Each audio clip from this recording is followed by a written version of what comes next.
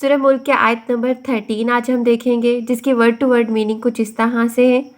व अस्सिर्रु, तुम छुपाओ, कौलकुम, अपनी बात, अविजहरू, या बुलंद आवाज़ से कहो, बिही, इसको, इन्नहु, बेशक वो, अलीम, जानने वाला है, बिज़ातिस सुदूर, सीनों के भी राज को। सूरह मुल्क की आयत नंबर 13 की उर्दू ट्रांसलेशन कुछ इस तरह से है। और तुम अपनी बात को छुपाओ या इसको बुलंद आवाज से कहो, वो बेशक जानने वाला है दिलों के भेद को भी। अल्लाह ताला हमारे शाहरक से भी ज़्यादा करीब है। हमारे दिल में कोई हल्का सा ख्याल आ जाता है, हमारे दिमाग में कोई हल्की सी सोच आ जाती है, अल्लाह ताला उससे भी वाकिफ़ है। हम कौन सा अमल किस नीयत से कर रहे हैं, अल्लाह ताला उससे भी वाकिफ़ है। अल्लाह ताला को हमारी हर बात का इल्म है। अल्लाह ताला हमारी नीयत को भी चेक कर लेते हैं, दिमाग की सोच को भी चेक कर लेते हैं और दिल के ख्यालात को भी पढ़ लेते हैं। हम किसी से खामोशी से बात करें या उससे बुलंद आवाज़ में बात करें, अल्लाह ताला को इल्म होता है हर बात का। अल्लाह ताला हमारे हर लम्हे से बाखबर है। हम अल्लाह ताला की ज़ात से मुकाबला नहीं कर सकते, हमें अपने आमाल दुरुस्त करने होंगे। एक हदीस का मफ़हूम है कि नबी सल्लल्लाहु अलैहि वसल्लम ने अबू ज़र से कहा, कश्ती को मजबूत कर लो क्योंकि समंदर गहरा है। मीन्स अपने अमल हम अच्छे कर लें, अपने आमाल को हम अच्छी तरह चेक कर लें कि आखिरत का जो सफ़र है उसमें हमारी ये कश्ती चल भी पाएगी या नहीं, हमारे अमल इतने इनफ हैं कि हम आखिरत में सरवाइव कर सकें। ज़्यादा राह तैयार कर लो क्योंकि सफ़र लंबा है। इस दुनिया की पैकिंग, इस दुनिया में जब हमने कहीं किसी साथ वाले सिटी में ही क्यों ना मूव करना हो, हम बहुत सारे चेक्स करते हैं ना कि हमारे पास खाने पीने की चीज़ें पूरी हैं जो रास्ते में काम आएंगी, पानी की बोतल रखी है हमने, कपड़े कितने हैं, जूते कितने हैं, वहाँ के मौसम के हिसाब से सारी पैकिंग करते हैं ना।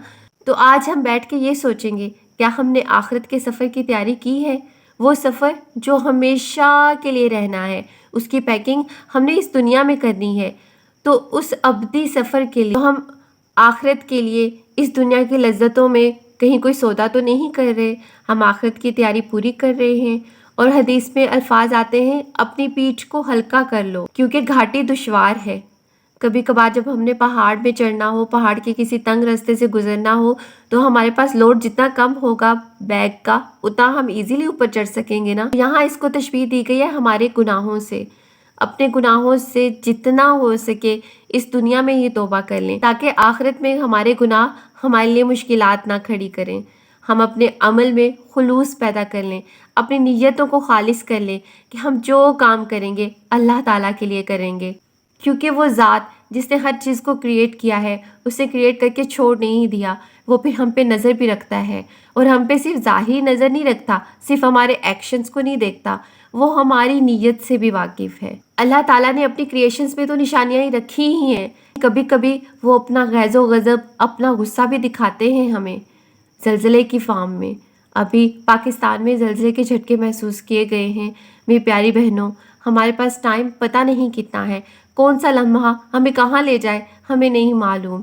अभी भी हमारे पास वक्त है, आएँ मिलकर हम तौबा करते हैं, अपने आमाल को दुरुस्त करते हैं और कुरान पाक को थाम लेते हैं। बहुत ज़्यादा वक्त नहीं लगता, अगर हम कुरान पाक को पढ़ने की नीयत कर ले तो मैं गारंटी देती हूँ, आप एक दफ़ा आजमा कर देखें, आपके काम खुद ब खुद होने लग जाएंगे, आपके काम का बर्डन कम होने लगेगा, आपके वक्त में बरकत पैदा हो जाएगी और आप रोज़ाना कुरान पाक के लिए ज़्यादा से ज़्यादा वक्त निकाल सकेंगी।